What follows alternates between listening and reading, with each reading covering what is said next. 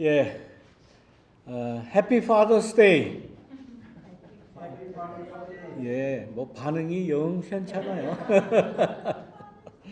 지난달 어머니 마더스 데이 때는 뭐 아마존이나 또 뭐 쇼핑몰이나 뭐 유명 무슨 브랜드 파는 데서 뭐 세일한다고 온통 어머니들 선물하라고 그렇게 광고를 많이 했는데, 요번 파더스데이에는 뭐 세일을 한다 이런 거 없어요. 지금 여러분들 그 아마존 한번 찾아보세요. 파더스데이 세일한 데는 막 하나도 없습니다. 아, 너무해요.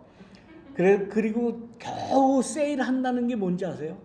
저기 저 홈디포나 로우에 가면은 잔디 깎는 기계, 뭐 이런 집에서 일하는 이런 기구들 그런 거 세일하니까 아버지 날 선물해서 일하도록 해라. 그런 거밖에 없어요. 야, 진짜 서러워요. 참 어떻게 하다가 요즘에 이렇게 됐는지. 그렇습니다. 뭐 대부분의 가정에서 대부분의 자녀들이 엄마를 생각하는 것보다 훨씬 애절함이 떨어지는 건 분명합니다. 뭐 비교할 수 없을 정도로 많이 떨어져요. 왜 이렇게 됐을까? 특히 이 동양적인 사고방식, 이 한국적인 사고방식에서 아버지 그러면 뭐 동양 윤리에서는 우리 다 아버지 날 낳으시고 어머니 날 키우시고 이렇게 이야기했듯이 그냥 우리 모든 사람의 생명의 근원이 아버지에게 있다라는 그런 생각을 많이 하고, 또 특히 우리 세대의 사람들은 학교에서 배울 때부터 뭘 배웠습니까? 분사부일체. 그러니까 임금과 그 다음에 선생님과 아버지는 똑같은 권리를 가졌다. 군사부일체라는 그런 말과 관념, 관습을 가지고 살아왔습니다. 그러니까 그것만 보더라도 굉장히 권위적이에요. 그리고 가부장제라고 하는 그러한 관습과 제도 하에서 우리가 온통 이렇게 세뇌되어 살아왔기 때문에 굉장히 권위적이고 또 존중되어야 되고 높임을 받아야 되는 그러한 모습으로 아버지를 생각을 해왔습니다. 또 신앙 세계에서도 하나님을 어머니라고 안 불러요. 하나님 아버지로 불러요. 아버지 뭐 그거와 그 아버지와 이 아버지는 또 다르다 뭐 이렇게 얘기할지 모르지만 아무튼 그래요. 하나님 아버지로 부르지 하나님 어머니로 부르는 사람은 아마 없을 거예요. 일부 여성 신학자들은 그렇게 부릅니다. 하나님의 어머니라고 이렇게 부르기도 합니다. 근데 그거는 신학자들이 모이는 그런 모임에서나 그런 얘기하지, 그런 여성 신학자도 일반 교회 가서 하나님 어머니 뭐 이렇게 부르거나 기도 안 해요. 그만큼 인간이 가지고 있는 그러한 생각에 어머니와 아버지는 형격히 차이가 난다. 그래서 아버지를 더 존중하고 신의 호칭을 부를 때도 아버지로 부르고, 뭐 우리 특히 동양에서는 군사부일체로 부르고, 가부장제적인 그러한 관습에서 우리가 지금까지 이렇게 살아왔습니다. 그래서 굉장히 권위적이고 높임을 받아야 된다라고 알고 있었어요. 그런데 그 관념, 관습, 제도 이런 것이 우리 인간 일반 모든 보통 사람들이 생각할 때 그대로 아버지 그러면 존경하고 아버지 그러면 뭐 높이고 뭐 이렇게 하느냐? 안 그래요. 전혀 반대입니다. 그렇지 않아요. 예. 그 아버지나 세일 없는 거만 봐도 그런 거예요. 예. 그러니까 그냥 이렇게 튀지 않아요. 겨우 한국에서는 어머니날을 어버이날로 바꾸어서 이제 거기다가 이제 나중에 원래는 어머니날인데 아버지를 갖다 끼워 붙여가지고 이제 어버이날로 이렇게 섬기고, 미국에서는 어머니 마더스데이는 5월 두 번째 썬데이를 마더스데이. 그다음에 아버지가 대접을 못 받아서 그런지 나중에서 이제 6월 셋째 주일을 파더스데이라고 이렇게 따로 날을 정해서 지금에까지 왔는데 역시 많은 차이가 난다. 실제적으로 요즘 현대의 모든 가정에 뭐 신앙 뭐 교회 다니고 기독교 신앙 가진 가정이고 뭐고 따지지 말고 대부분 일반적인 가정에서 아버지와의 관계가 원활한 그러한 가정이 많겠어요? 아니면 아버지와 거리를 두고 이야기를 안 하고 아예 이렇게 거리를 두고 떨어뜨려서 조금 이렇게 불편한 가정이 많겠어요? 뭐 그냥 뭐 대답 안 하셔도 돼요. 뭐 다 뻔한 결과니까. 오히려 불편한 가정이 더 많은 것 같아요. 제가 봐도 제 주위에서도 또 제가 아는 여러 가정의 사정을 뭐 이렇게 뭐 자세하게는 모르지만 대강 들을 때에 아버지와의 관계, 아버지에 대한 존경심이 없거나 불편하거나 힘든 가정이 훨씬 더 많아요. 이 노릇을 이거 어떻게 해야 되느냐? 이거 어떻게 그냥 그대로 갈 수밖에 없죠. 그리고 오늘 성경을 보니까 성서를 보니까 오늘 PCUSA 렉셔너리에도 오늘 본문을 보게 돼 있어요. 구약 그 창세기 21장 이 이야기를 보게 돼 있어요. 물론 성령 강림절 이후에 구약 그 성서 주기표 렉셔너리에는 이제 아브라함을 중심으로 이제 이야기를 쭉 보게 그렇게 돼 있어서 렉셔너리를 따라서 제가 지금 매주 설교를 하기 때문에 오늘도 이 본문을 삼았는데 아버지 나라고 아주 기가 막히게 이렇게 매치가 되더라고요. 오늘 이 아브라함 그러면 우리가 그 별명을 뭐라고 그럽니까? 믿음의 조상이다. 믿음의 아버지다. 이렇게 생각을 하고 있어요. 근데 그 믿음의 조상, 믿음의 아버지 가장 롤 모델이 되어야 되는 그 아버지의 모습 중에 한 모습이 오늘 창세기 21장에 나오는 아브라함이 자기 아내죠. 물론 첩이지만 첩이라고 그래야 되나? 둘째 부인이라고 그래야 되나? 아무튼 하갈과 그 하갈에서 난 이스마엘 자기 아들이거든요. 아브라함 자기 친아들이라고. 이 자기 친아들을 광야로 내쫓는 이야기가 성서에 나와요. 아니 성서 기자도 그렇지. 이런 얘기는 그냥 빼도 되잖아요. 예? 아브라함 그러면 믿음의 조상, 믿음의 롤 모델의 그 아름다운 좋은 모범적인 모습만 넣으면 안 됐을까? 그런데 이 성서 기자는 이런 그 비극적인 아주 그냥 치정극과 같은 정말 아버지로서는 해서는 안 되는 아브라함의 이러한 모습을 그대로 폭로하듯이 넣었어요. 우리가 잘 알듯이 아브라함은 100세 나이가 많이 늙도록 자손이 없었어요.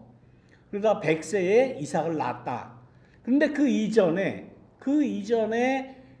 아내 사라가 자기 여종 하갈이 있으니까 여종을 맞이해서 나 대신이라도 애를 낳아라. 그래서 지금 이스마엘을 낳은 거 아니에요. 그러니까 그래도 아들이 있어야 돼. 그 뭐 집집마다 이제 그런 집들이 많아요. 아들이 있어야 돼. 저희 외할머니, 우리 어머니가 이제 무남 동료세요. 저희 어머니가. 그러니까 이제 외할아버지 할머니께서 저희 어머니만 하나 그 딸만 낳기 때문에 이거 아들이 있어야 되는데 그러다가 아들을 이렇게 요즘 말로 이제 입양을 했어요. 갓난애기. 어느 젊은 젊은 그 부부도 아니지 뭐 그냥 젊은 애들이 애를 낳는데 못 키우니까 이 집에 아들이 없으니까 데려다 키셔 그래가지고 그 입양을 해서 데려다 키운 그런 과거가 있습니다. 그 얘기는 이제 아주 재밌는 얘기인데 나중에 기회가 되면 하도록. 그 얘기는 정말 재밌습니다. 제가 평생 저희 집을 잘 아는 친구들이 오면은 지금도 그 얘기를 해요. 정말 그 흥미진진한 얘기를 하면은 평생을 얘기했으니까 아마 수백 번은 했을 거예요. 지금도 그냥 재밌어가지고 박수를 치면서 듣는 그 얘기가 있습니다. 그건 나중에 드리고. 그러니까 옛날에 어느 집이든지 아들이 있어야 되는 거예요. 그래서 입양을 하잖아요. 입양을 해서 자기의 호적에 넣고 우리도 아들이 있다. 우리 집에도 아이. 그래서 이제 뭐 꼭 아들이 있어야 대가 이어진다라는 그런 생각. 아들로서 그 대가 이어진다는 그런 생각을 아마 아직까지도 하는 것 같아요. 제가 한국에 있을 때 다니던 그 교회의 목사님 아들이 넷이에요. 근데 실제적으로는 아들이 5이에요. 아들만 5을 낳았어요. 근데 이 목사님의 동생이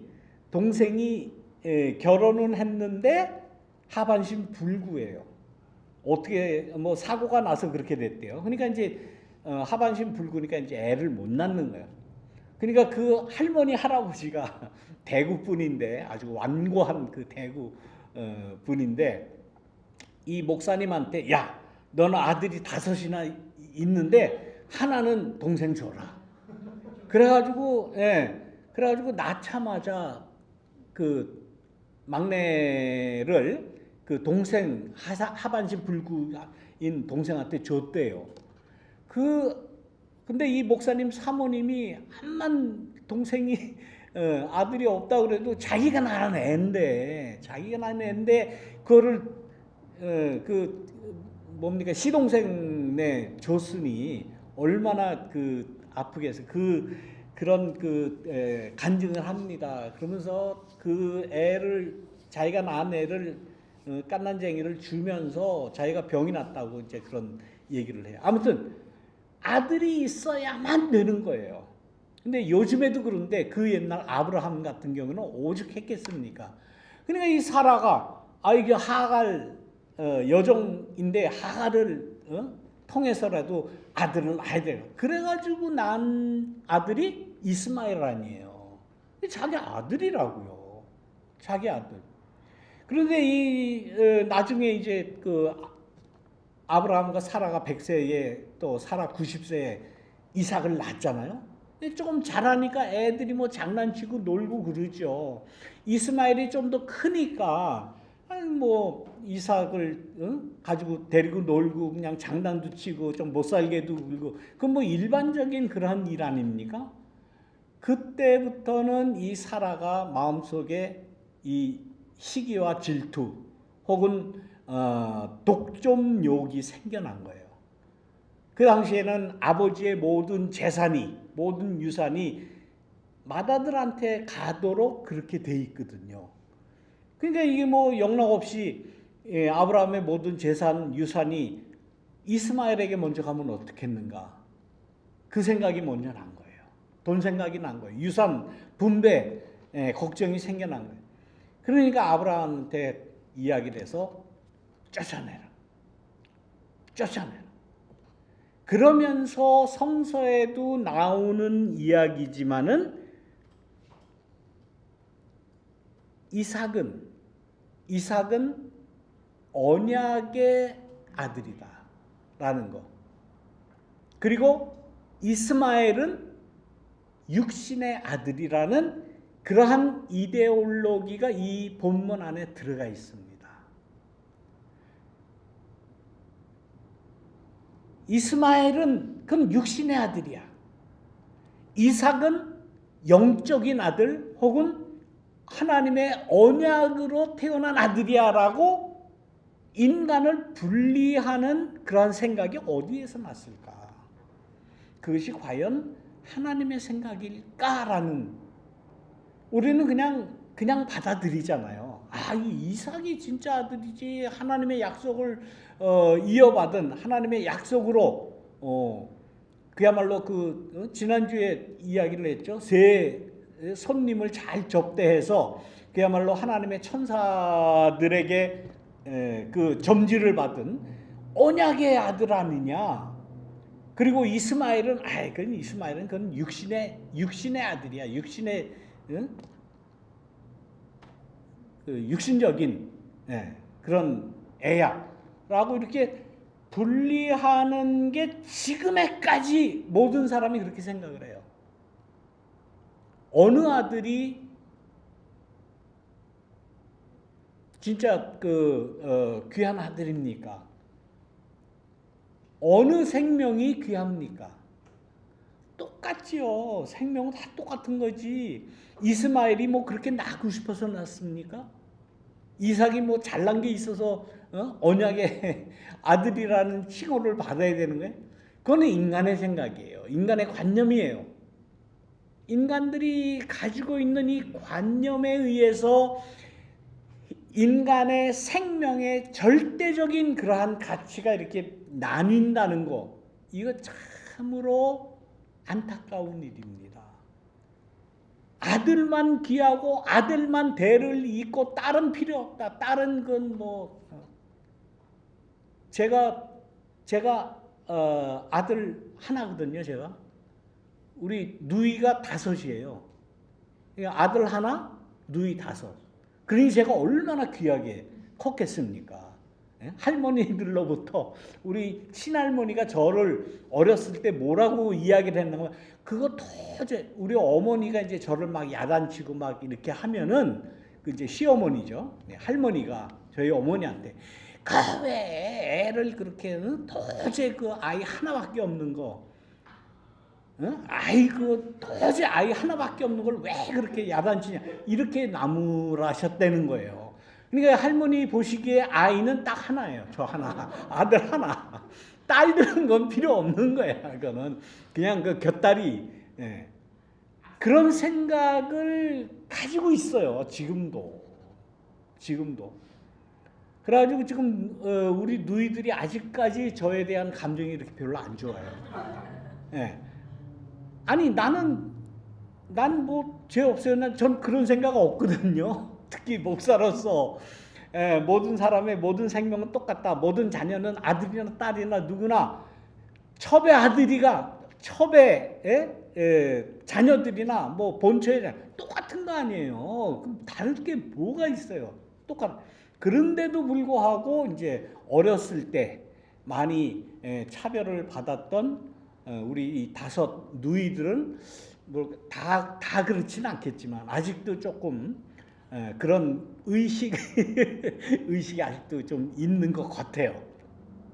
뭐 그렇다고 해서 내가 뭐 부모님한테 뭐 집을 물려받기를 했습니까? 재산을 물려받기를 했습니까? 아무것도 물려받은 거 없어요. 똑같아요. 우리는 뭐 아무것도 없습니다. 그런데도 당시에 조상들이, 할머니가 가지고 있던, 부모님들이 가지고 있던 아들이 귀하다라는 그 생각 때문에 아직까지도 서운한 마음이 안 풀리는 거예요. 아직까지도. 그럼 뭐가 잘못된 거예요? 딸이 잘못된 겁니까? 아니면 아들이 잘난 겁니까? 아니면 아들이 못난 겁니까? 아니거든요. 똑같은 거예요. 인간은 다 남자나 여자나 먼저 난 형이나 누이나 나중에 난 동생이나 똑같은 거예요. 똑같은 생명이에요. 그런데 인간이 가지고 있는 그러한 가족의 관습이라는 거. 그게 올라가다 보면 어디에서부터 시작되는가 하면 가부장이라고 하는 그 가족 제도에서 생겨나는 거예요. 가부장. 아버지가 최고다. 아버지가 모든 유산을 다 관장할 수 있다. 아버지가 집의 주인이다. 라는 그 생각에서부터 이런 차별이, 등급이 가족에서도 나타나는 거예요. 오늘 이 창세기 21장 제가 처음에 말씀드렸죠. 아니 성서 기자는 왜 이런 부정적인 얘기를 여기다 넣어가지고 이게 믿음의 조상인 아브라함에게 이렇게 좀 불리한 얘기를 왜 여기다 넣느냐. 그런 의심을 가지고 우리는 봐야 돼요. 이 말씀을 볼 때에 언약의 백성이 돼야 된다. 언약의 아들이 돼야 된다. 육신의 아들이 되고 육신의 자녀가 되면 안 된다라고 지금까지 그런 생각 안 해보셨죠? 대부분 안 했을 거예요. 그리고 우리 스스로 생각할 땐 뭐라고 지금 생각하십니까? 우리는 하나님으로부터 인정받은 언약의 백성이다라고 다들 생각을 해요. 더 강렬한 그런 생각을 가진 사람들이 주이시들이에요. 우리는 선민이다. 딴 것들은 다 이방인들이고 다 뭐 하나님의 축복에서 제외된 인간들이다. 아직까지 그렇게 생각을 하는 거예요. 거기에서부터 인간의 역사에 온갖 잘못된 역사가 거기서부터 시작하는 겁니다. 옛날에 부모님들이, 옛날에 할머니들이, 옛날에 조상들이 생각했던 아들이 중요하다. 아들을 낳아야 된다. 아들이 있어야 대가 끊기지 않는다. 아들을 통해서 대를 잇는다. 라는 그 아들 선호 사상에서부터 가정의 모든 비극이 시작되는 겁니다. 모르겠어요. 각 가정에 아버지와 관계가 별로 그렇게 좋지 않은 가정의 그 역사를 올라가고 해보면 결국은 거기에서부터 시작을 하는 거예요. 오늘 아브라함이 살아도 잘못이죠. 뭐 애 못 낳으면 뭐 많은 거지. 못 낳으면 뭐 어떻게 하겠어요. 뭐 애는 날 수도 있고 못 날 수도 있는 거예요. 자녀가 있을 수도 있고 있으면 땡큐. 없어도 뭐 그냥 뭐 할 수 없는 거지. 그걸 뭐 거기에서 자기 여종 하가를 갖다가 아브라함한테 들여보내가지고 이스마엘을 낳은 것부터. 그렇다고 해서 이스마엘이 아들을 낳았는데 이것도 귀중한 아들이다. 귀중한 생명이다. 하나님께서 축복으로 줬다라는 그런 생각을 계속 가지고 있었으면 이런 일은 안 일어났을 거예요. 나중에 이삭이 또 천신만고 끝에 태어나니까 이삭과 이스마엘을 갈라놓는 것 아닙니까? 이삭은 하나님의 약속 언약에 의해서 난 아들이고 저 이스마엘은 전 곁다리야. 첩의 아들, 첩의 자식이야. 이렇게 돼서 쫓아내는 거 아닙니까? 이러한 일이 생겨나고 아브라함은 한 게 없어요. 오늘 본문 보면 심히 마음 괴로워한 것밖에 한 게 없어. 해결책이 없어요. 가부장제에 대한 철저한 분석과 비판이 아브라함에게는 없었어요. 그걸 알아야지. 그러한 걱정만 한 것, 그리고 또 한 가지 한 게 있다면 그냥 먹을 것 조금 하고 물 한 가죽 부대 어깨에다 짊어지고 나가라. 이게 애비가 할 일입니까? 이게 애비가 할 일이에요? 그러면서도 이 이야기를 전해받는 이스라엘 후손들은 그런 이데올로기에 젖어 있었을 거예요. 우리는 언약의 백성이다. 언약의 백성의 하나님의 언약의 순수성을 지키기 위해서는 이스마엘은 내쳐줘야 된다. 라는 그러한 그 잘못된 아들 선호 혹은 언약 백성이라고 하는 선민이라고 하는 그 잘못된 이데올로기에 꽉 차 있었을 거예요. 그리고서는 이 이야기를 보면서 당연하다. 그거는 첩의 자식이니까 그 이야기를 그대로 이 창세기 21장에 써놓고 있습니다.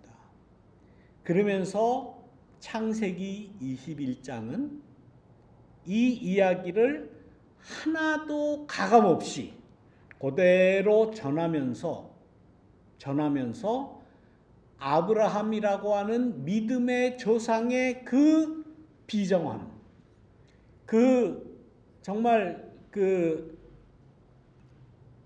애비로서 할 수 없는, 애비로서 그 인간으로서 도저히 저지르면 안 되는 이 인간의 비정함을 그대로 노출시키고 있는 거예요. 여기에 대한 비판, 아브라함의 이 행태에 대한 비판 없이, 아니 그래도 언약의 백성이 중요하지, 하나님의 뜻을 받은 백성이 중요하지, 그리고 우리의 신앙은 이 이삭과 아브라함과 이삭과 야곱으로 내려오는 이 이스라엘의 전통의 나의 신앙에 근거가 있다. 그 전통성을 우리도 물려받았다라고 주장을 한다면 이러한 비극은 안 그쳐요. 성서는 무던히 비판적인 시각으로 봐야 돼요. 그래야 문제가 해결이 돼요. 아유 그래도 아브라함이 믿음의 조상인데 그래도 잘 이렇게 받들고 믿음의 조상으로 우리가 받들고 믿음의 아버지로 신앙의 모험으로 우리가 아브라함을 본받아야지. 아니 나중에 아브라함은 이삭도 바치잖아. 얼마나 훌륭한 신앙이야. 아브라함이 이삭 바친 게 여러분들 훌륭합니까?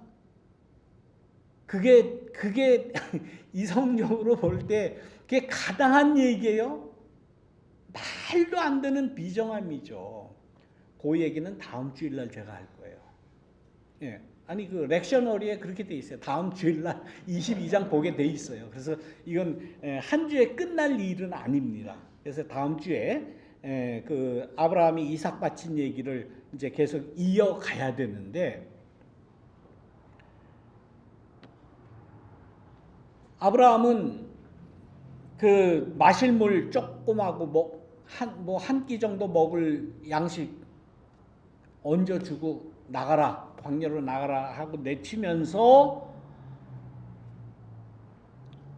최소한의 그래도 애비로서 할 일을 했다라고 말할 수 있을까요? 이게 이런 애비가 어디 있어요? 이런 애비가.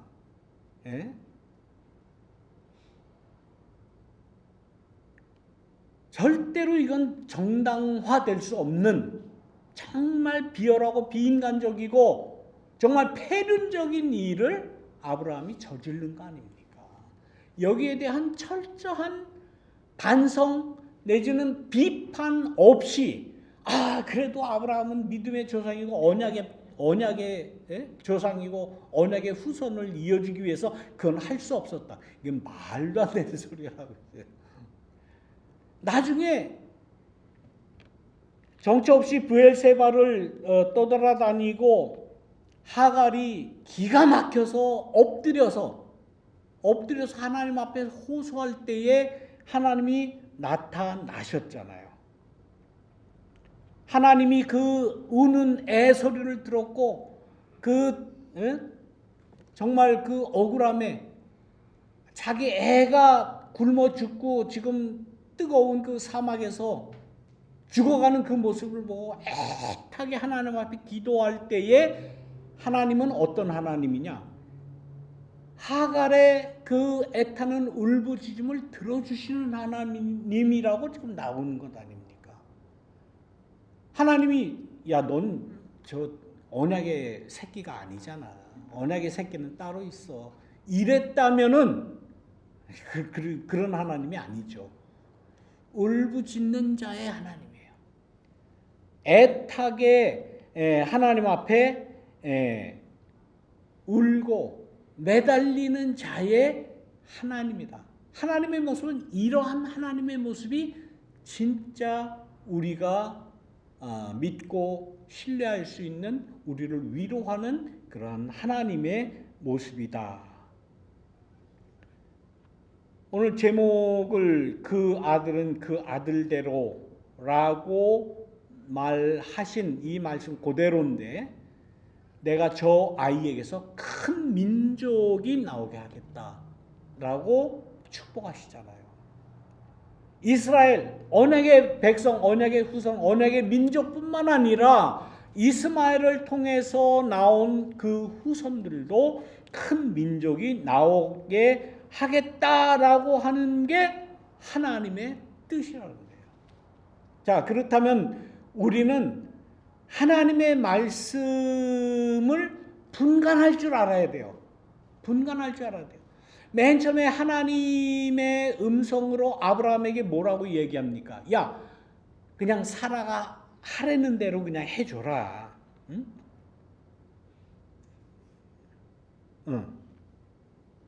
이삭에게서 태어나는 사람이 너의 씨가 될 것이니 사라가 너에게 말하는 대로 다 들어줘라. 어느 하나님이 진짜 하나님이에요? 어느 하나님 믿고 싶으세요? 성서에는 하나님에 대해서 이야기하는, 소개하는 여러 글 가운데 하나님에 대한 그 인간이 가지는 하나님에 대한 신인식이 여러 인식이 들어있는 거예요. 그걸 구분할 줄 알아야지. 그걸 구분할 줄 알아야지. 이걸 구분 못하면 우리 가정에서도 똑같은 일이 벌어지는 거예요. 나는 믿음의 그 창세기에 나온 대로 아브라함과 이삭과 야곱의 하나님 같이 할아버지, 아버지, 그 손자, 이렇게 아들로 이어지는 그 대를 우리 가정은 중요시한다. 그래서 아들이 최고고 아들을 낳아야 되고, 내가 아들을 못 낳았으면 딴 데서 입양이라도 해서 호적에 넣어야 되고, 그런 그 무식한 그러한 생각은 이제는 버려야 돼요. 아니, 여기도 하나님이 사라가 말한 대로 들어주라고 그러지 않았느냐? 내쫓아라. 그거는 하나님의 뜻이다. 라는 이러한 하나님에 대한 신인식만 딱 가지고 있다면 무슨 일이 생겨납니까? 지금도 생겨나잖아요. 팔레스틴에서.